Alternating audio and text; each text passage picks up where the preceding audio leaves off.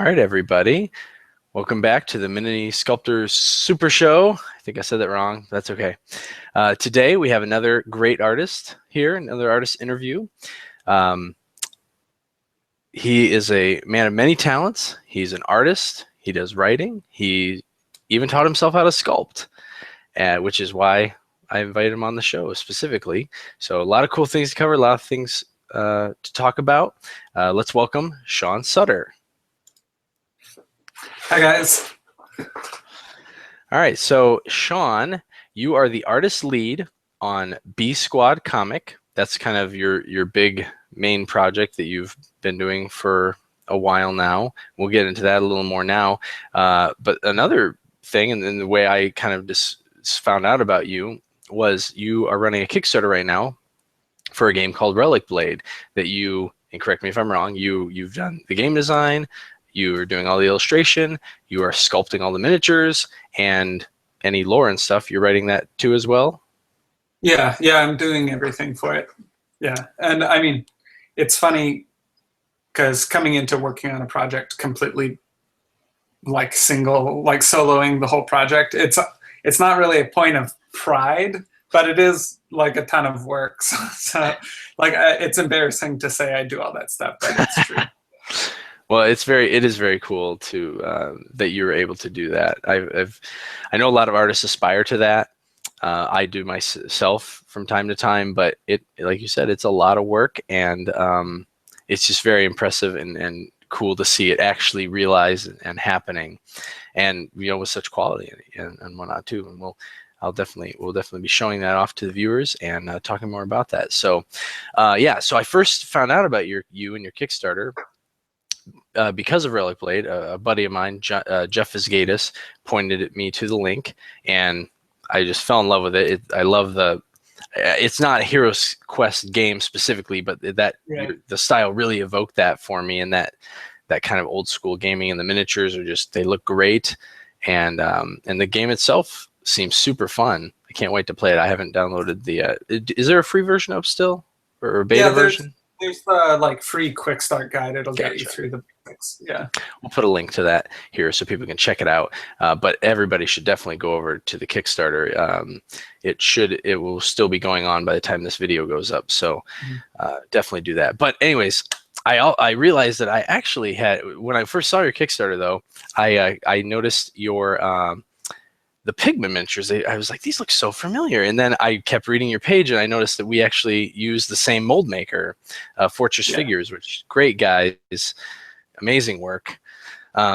So I guess, no, I'll ask you this question later, because first I think it's more important that you go ahead and just tell us a little bit about Relicblade, because I keep pointing to that. So let's talk about that for a minute. Yeah. So I guess, like you said, I'm an artist. I do my studio practice, and I've been at it for a while now. And so I've always been really super passionate about tabletop games. Like I love miniatures games. And I always thought I'd be a comic book artist, because in order to make miniatures, I felt like you had to live in the UK. Like, I mean, when we were kids, it was only in the UK. Yeah, it was hard. It took a while to even find the materials to sculpt with and stuff. Yeah, exactly. So I didn't even think of it as an option.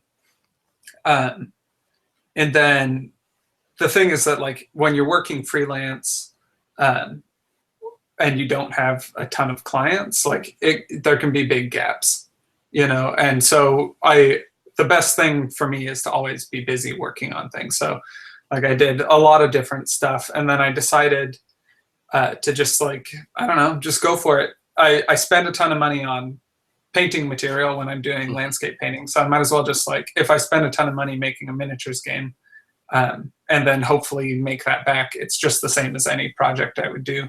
So I kind of started down that path, and that's why I made Relicblade. Well, I mean, it's part of it, I guess. So, but yeah, Relicblade is a really fast-paced, small-scale miniatures game where you take command of a party of heroes or a group of monsters, and you fight like quick, furious battles.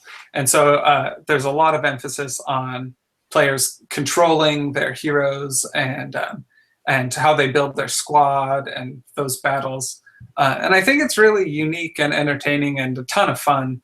So I'm really happy with how it is. And I mean, I just really got to make a game exactly to my taste, you know, so I got to make exactly what I thought would be fun. And so it's really perfect for me. And as more people have played it, then I find that there are more people that also want that out of a game. So it's pretty great.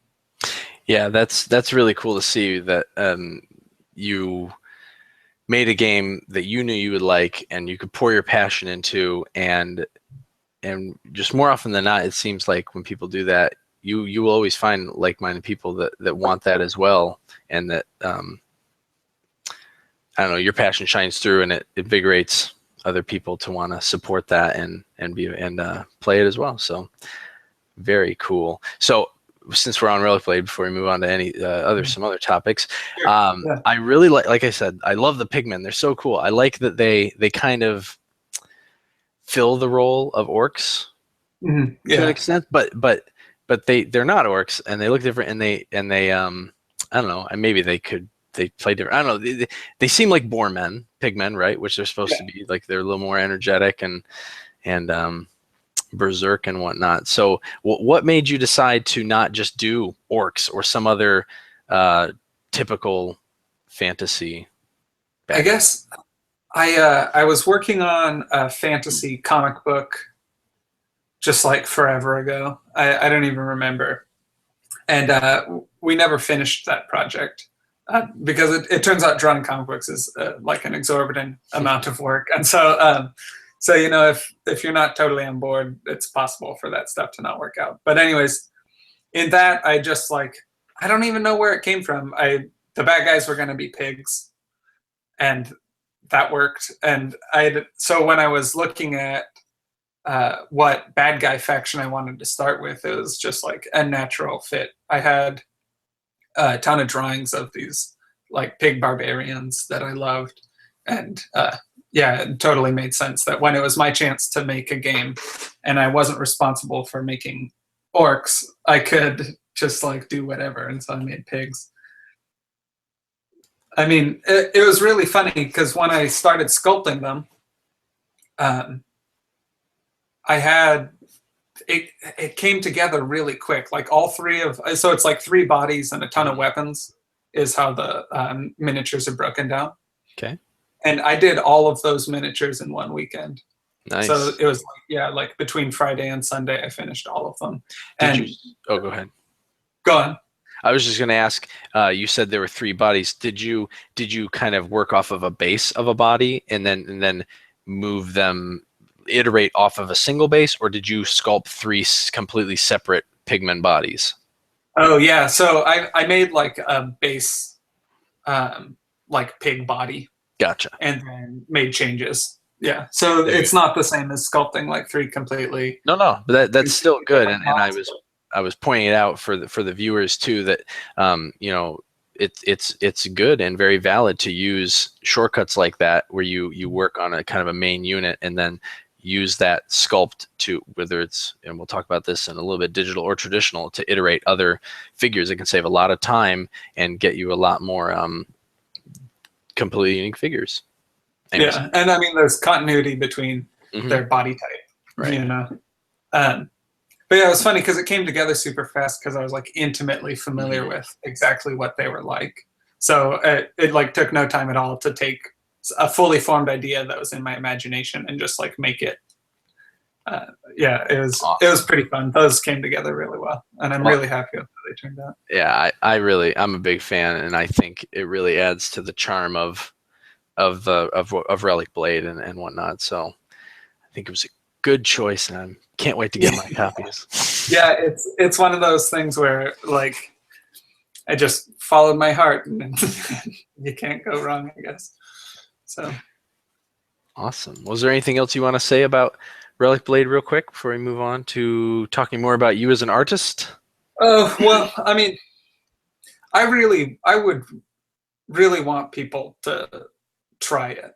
And I really made the game as approachable as possible, where there's low model count, so you don't have to invest a ton of money on a big army. I made the core mechanics really simple to understand, so you can get playing really quick, but there's a lot of depth in how you build your squad and like the different abilities and cards. So I don't know, I just would want people to like really try it. And so whatever I can say to make you try it, imagine I said that, because like it's a really good game, you know, and I know you're on board, but any of you YouTube people out there, you should really check it out. Yeah, and you've got some great let's play videos or whatever we call it. Yeah, and I mean, like, demos I've talked about the game a ton. You know, like I talk about it all the time. So I'm happy. I'm excited to talk about art also, Awesome. and gaming in general. Cool. Okay. So, you know, we've talked about, you know, kind of this stuff, but so you are an illustrator. That's from what I can gather, that's your initial training, and that's what you've been freelancing, you know, doing paintings like you just said. I mean, the B Squad, that's a comic, right? Yeah. Yeah, that's what I thought, and other freelance drawing work. Let's go back to that. What made you want to be an independent artist doing freelance, or maybe you did work for a studio at a time? You know, tell us a little bit about your background of becoming an artist. Yeah, so as far as that. I guess like I've always wanted to be an artist. And so it's been a matter of like how I've followed that path. I went back to school in 2009, maybe, in order to like get my degree and go to school and like really hone my art skills. But a big part of that was I got in my head around that time, around like 2010, that I could potentially make a miniatures game. And even though I had the like priority of hoping to become an illustrator, I wanted to make a game and I believed it was possible, but I thought I'd be like an illustrator for a tabletop game, and like maybe I'd team up with a sculptor and team up with a game designer, and hopefully team up with some other people that would really be able to make a company. But as I was like really starting to be critical of my own work, I felt like I needed to go back to school. And so I went and got my degree in fine art, and then worked in fine art for a while as a muralist and a landscape painter. And then I've always been excited about comic books. And so a couple years back, like 2 years ago, I got the chance to start working on B Squad. And B Squad's an independent, creator-owned comic book. I became really good friends with the writer. He lives here in the Sacramento area. And so we've been working really closely together on B Squad for probably about 2 years now. And so I did issues 4 and 5 of the first trade paperback. And then now I'm the artistic lead on volume 2, which is also on Kickstarter right now. Oh, cool. I'll link to that too. Yeah. So yeah, definitely people should definitely check that out. It's really awesome. Tell us, what is B Squad? Yeah, tell us what that is exactly. Oh yeah, so B Squad is a group of misfit mercenaries. So like you've heard of the A-Team before, right? Oh. So these guys are not the A-Team. They are the B Squad. They get like the worst jobs. They go on terrible missions, and it's an action comedy. And while Eben is writing each issue, he'll roll a dice, and oh my gosh, there are 6 members on the squad. So every issue, one of the main characters dies at random. Wow. Or rather, it's determined randomly who will die. He knows someone will die. Yeah. So it's really crazy. You know, you're always like writing and drawing new characters and like coming up with crazy stuff. And like in the first volume, the first issue I drew, issue 4, they have to deal with a hive mind of wiener dogs that like work like an ant colony that took over Hawaiian Island. And then they go and have to invade a British submarine that is also being attacked by a bunch of James Cameron cosplayers. So it's like, I mean, it's really super crazy and goofy. Let me see. I probably have a copy of the book here. Yeah, it's a ton of fun. Here, I did the cover art for it, and it's like a full wraparound cover, really nice. This is which issue is that? This is the volume 1, and it comes in a nice flip cover too. Cool. And so that's part of it. Is like we really like reading comics by the trade paperback, so we fund them and release them in those volumes rather than doing single issues. Yeah. And that works well for the indie publishing because it's so expensive to print stuff.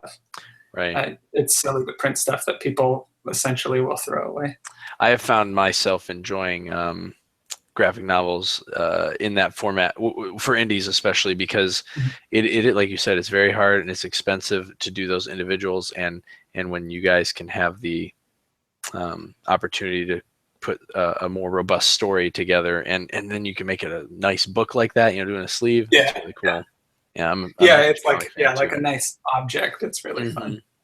So that's up on Kickstarter now. We're doing volume 2, and I'll be drawing issue 10, but there's going to be 5 other artists working on the book. Oh wow! And so it's a really cool way to actually like really support indie creators through this like essential like an anthology story about and it's a comedy, great comedy too. So I started working on that about 2 years ago, and then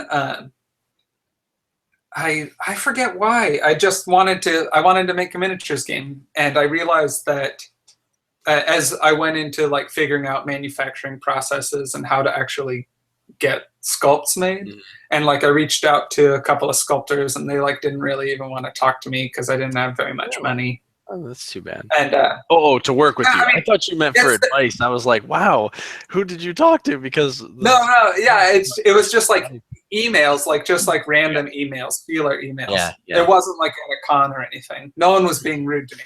Okay. I was just like, I want to make a game. So, but I realized that it'd be super expensive for me to, hire sculptors, and I had no money, and I just had a dream. Yeah. And I'm an artist, so like, why don't I just give it a shot? Because if I can't do it, then I know I need to raise more money to hire sculptors. But gosh, once I started teaching myself ZBrush, like I've always thought about things 3-dimensionally, and drawing has always been a challenge where I'm like trying to force a 3D idea into 2D. That's exactly how I feel. And I love drawing too, but sculpting and 3D has always been so much easier. Yeah, exactly. So I've always been like, I love drawing, but once I got into ZBrush, like it was just totally native. Like I wasn't translating my ideas into art. I was just like literally forcing my imagination into space, and like it's so fulfilling. I love it. I love sculpting. So but yeah, I just went over, and the Pixelogic website had tutorials. What I couldn't learn there, I checked out on YouTube, and that's how I got started. And then once I had like some sculpts, I went out to the Privateer Press event, Lock and Load. Okay. So because I like the idea of working in miniatures. Privateer Press is on the West Coast. I figured like that'd be good. They often are hiring. So I went up there and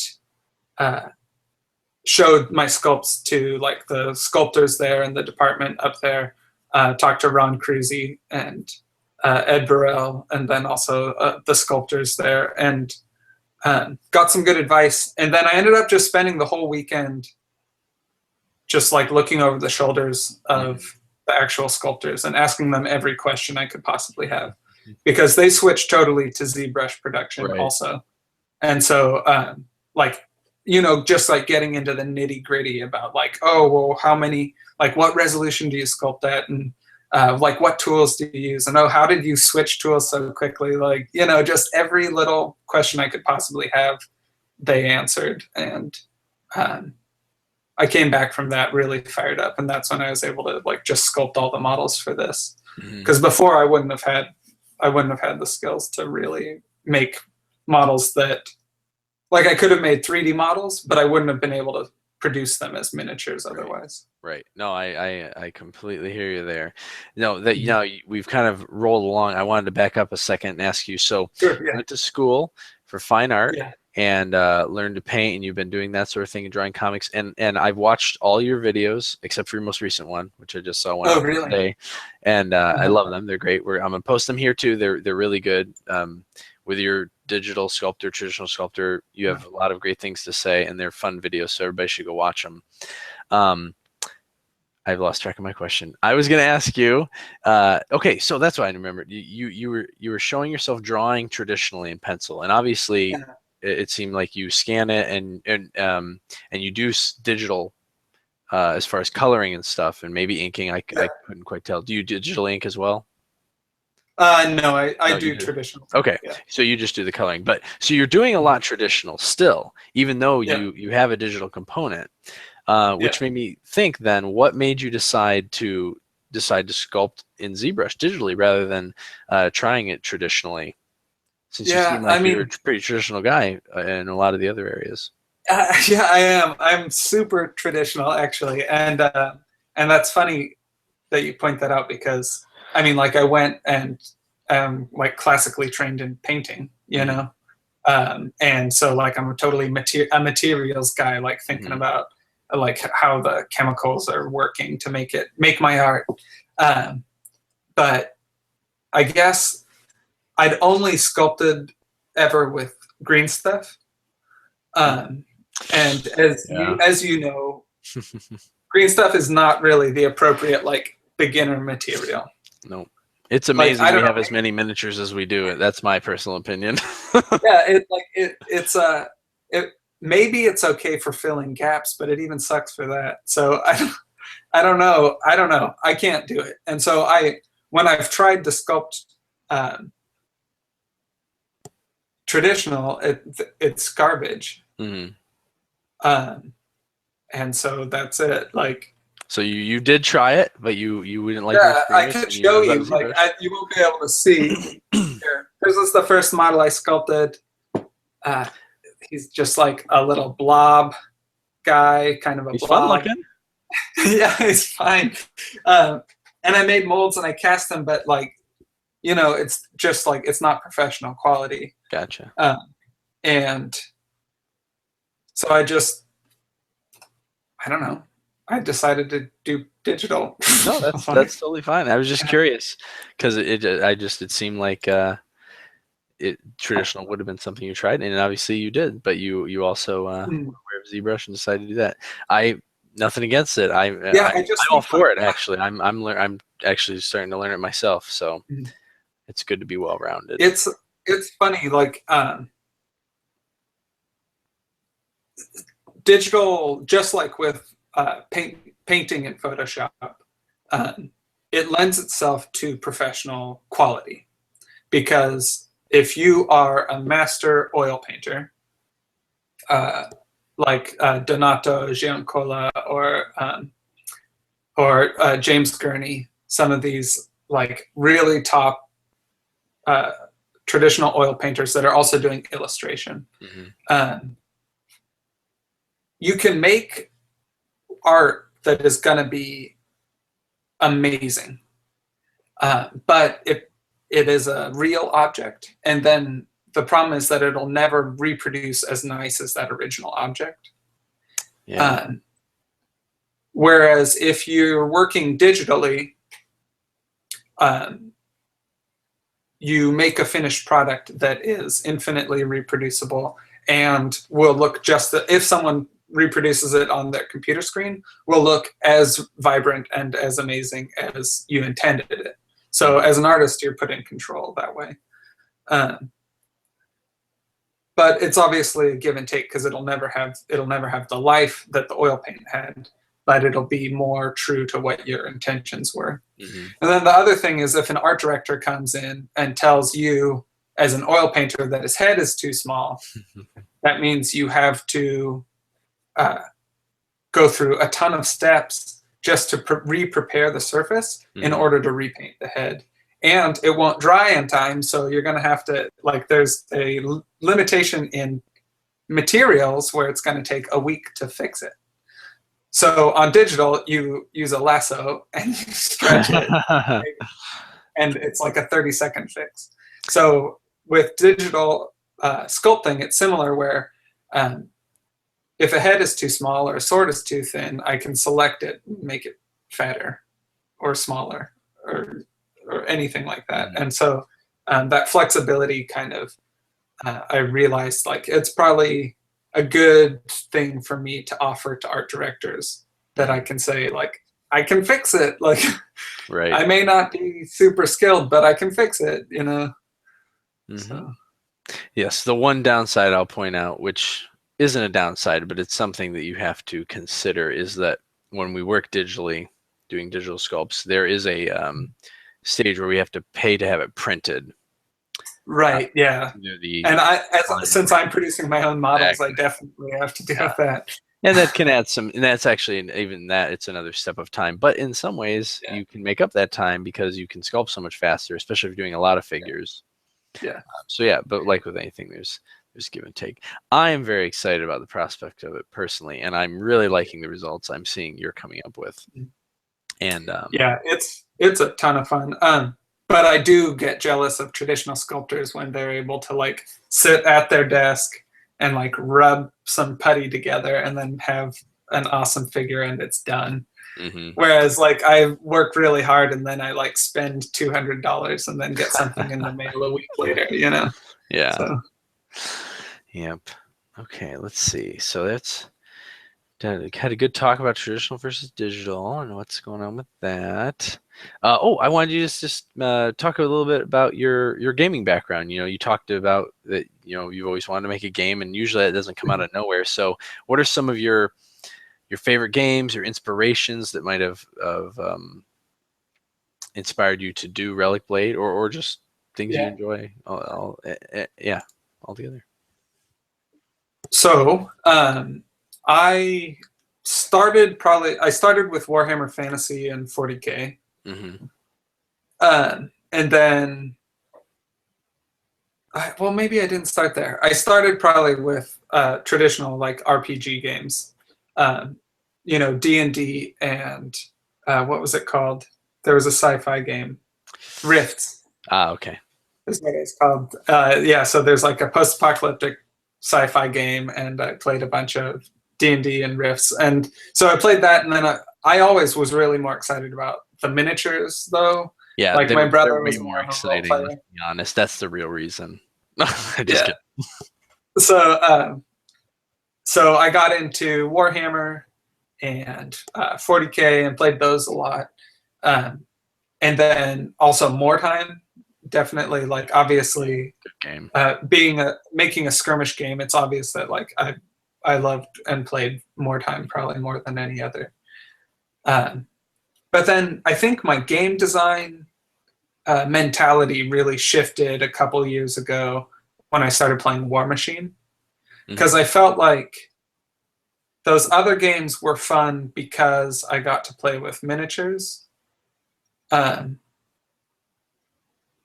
But I felt like War Machine was actually a really fun game. So, like, I mean, Warhammer, like, bless its heart, is not necessarily a very good game. And maybe I shouldn't have said that out loud, but War Machine, well, I think it has its limitations and because of, you know, length and. I mean, it's got it. I like whatever. To each his own. I loved and have played Warhammer. Over there, I have like 6 or 7 fully painted armies. Don't get me wrong, but yeah, I think War Machine really changed my perspective of like what it'd be like to play a game that's a lot more fun. And so then from there, I started like being like more open to trying new games. Instead of being like, well, if I'm going to spend money on miniatures, it needs to be on another pack of such and such troop so I can fill out my army. I like started trying more games and trying more indie games, and that really changed my perspective, I think. Opening up to just like there's more out there. Really enjoying that. And then also when 5th edition of D&D came out, I decided to check that out because I was really pretty specifically a like mini war gamer. So playing D&D made me feel like I was amazed. I was seeing people sit and we were having like weird combat situations, and they'd sit and wait for 10 minutes for their turn. And on their turn, they only got to control one character. Yeah. And so I was like, something's going on here where people are having fun, you know, swinging one axe every 10 minutes. So I've like I was thinking like, man, if I could get a miniatures game with enough detail that it'd be really fun to control one character and then give you 4 characters to control, I think I'm onto something. So that's sort of where Relicblade is like, it's got all of the like complex choice and tactics that you'd put into a RPG setup, but we're there to fight. We aren't there to like talk the goblins down or whatever you do. Yeah. All right. So, well, that's most of the questions I have for now, but Relicblade is going on right now. Everybody needs to go over there and check it out. There's tons of different levels. You can get in very cheaply. You can buy in bigger and get tons of cool miniatures and the full game. There's a special card deck with all of Sean's unique illustrations, and I really want a lot of people on there because I really want to get the Dark Wanderer unlocked. Yeah. So there's already a stretch goal unlocked. So in the game, right now the main mode centers around the 2 teams going after a Relicblade, the game's namesake. It's a powerful magic item that you can actually use in the game when you get it, and it's also the object of victory. And so you made a really cool, unique objective token for this piece. So that's unlocked already. You've got a new hero coming up, and it's less than $1,000 now. I mean, it's actually almost $500 away now. And that's a great looking sculpt. And it's the Thief. I want to talk about that. The Thief hero. It's another hero that you can have on your team.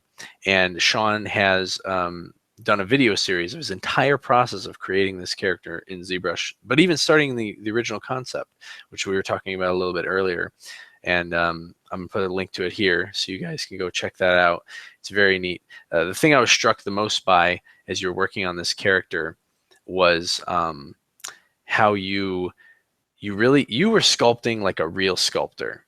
And I've toyed around with ZBrush off and on for a couple years now, and I always kind of got stuck because I've done a lot of 3D software and programs before, and they're always very, very technical, and you have to be technical. And that's one of the coolest things that I saw, is that you really embrace the idea that no, you don't have to use symmetry on the whole thing. In fact, you lose some life in your figure, and you might even technically be wasting your time because you have to change so much when you pose your figure up and into a really cool dynamic way. So everybody should definitely talk about that. But before we go, I wanted to ask you one more thing about Relicblade. I wanted to see, what are your future plans for it? So the Kickstarter, if I'm correct, it ends on around March 18th. I might put up a little thing. Yeah, we're having a party that Saturday. Okay, so there's still some time for everybody to get over there, check it out, and back it. But so the game now, it's to fund a core set of heroes and the Pigmen faction, which is what faces off, and you have the 1 game mode, and it's got this deck of cards with all the stats and different abilities and equipment. What is coming next for Relicblade? Okay, so like you said, one side is heroes and another side is monsters, essentially. What's coming next is more heroes, so that you'll really be able to build your party similar to a D&D party, where you like try different builds, like maybe I'll take a barbarian and a wizard and like try and get that like some cool new angle on strategy. Or and they play a little bit more like tank DPS healer sort of setup. But you have to be mindful and like really build them and specialize them that way if you want that to work. So what's coming next is the heroes are getting a rogue or a thief character. and the bad guys are getting the Dark Wanderer. And so the Dark Wanderer is going to be the first evil hero. Or, not hero, but like champion of darkness. Right. And so he'll be a lot more dynamic and have more depth and not play less like an army. He'll be more like a hero. But the bad guys really do run more like a traditional war game where you're commanding soldiers. So the pigmen are a pig faction that are all serving the Dark Lord. And so what you can expect from the future in Relicblade is that there will be other factions of bad guys that will be also serving that same dark god. And so the next bad guy faction is going to be a group of ogres. And so there's like these cruel, twisted ogres. And some of that art is floating around like on the Facebook page and things like that, so you can check that out. But people will be able to run an all pig army in theme with each other, or you can just pull out a couple of pigs for the spare points and throw in an ogre and build them any way you want. So even though they're like factions in a way, really you'll be able to mix and match however you want. And just like the heroes will be able to mix and match however they want. And right now I've got in the works and what's rules that aren't finalized, like beta, alpha. Yeah, beta rules for the a wizard, the thief, and a ranger. Ooh. And then the ranger has like a pet, and the wizard has an apprentice. And so there's going to be a lot more like, I don't know, increasing their numbers. The heroes are always outnumbered, but there are going to be ways for them to have like a little bit extra bulk on the field. And so, yeah, so like a wizard and a ranger, and it's hard to think of them off the top of my head. But yeah, so like new heroes, it's going to be great. Yeah. Awesome. Well, thank you so much for taking the time to do this interview. I know it's a very busy time on Kickstarters when they're running and stuff, but I'm glad we were able to sneak this in, and I hope it helps you out. Was really excited to get to talk to you just because of your different perspective and where you came from and how you just decided you were going to make miniatures, and you did, and you've got a game that's fully funded on Kickstarter and growing still, and I think your figures look amazing, dude. So. That's great. I really appreciate that because, I mean, like you said, I learned ZBrush to sculpt miniatures. So going in, I follow a workflow that is unique to miniatures rather than video games. And I think a lot of the times when you learn to sculpt digitally, you're learning to sculpt for video games or animation. So I really hit it hard trying to make sure I'm making models and not characters for video games or anything else. That's a very big distinction too, because a lot of people, it comes down to proportions and the way things get filled in. And if you just sculpt for video games, those things are usually completely ignored, and it can make the difference between success or failure of your model actually molding correctly and looking good on the tabletop. So it also helps. I studied mold making and sculpting in college, and man, like they didn't do any actual sculpting, like how to actually sculpt, but man, we covered every kind of possible mold, silicone molds, like every mold. I cast bronze, but it really, I mean, that really prepared me in a lot of ways to be mindful of the mold whenever I'm sculpting, and being able to like key my own figures and cut them because of that. Very cool. All right. Well, is there anything else you want to add before we head out, Sean? No, I guess that's good. I really hope that people will be excited to check out the Kickstarter, both for Relicblade and for B Squad, because they really are, you'll be directly supporting and creating indie endeavors. Like when you put money into supporting the Relicblade Kickstarter, that money is like paying for new characters, like right away. There's no, you aren't paying CEOs and you aren't paying rent for an office building. Like I'm here now ready to order prototypes. And so when you buy a set, like you're growing Relicblade. And I think that's something worth noting. Like your Kickstarter dollar goes a long way on these projects like Relicblade and B Squad. So I think it's really good and exciting. And I'm so excited that I've been successful so far.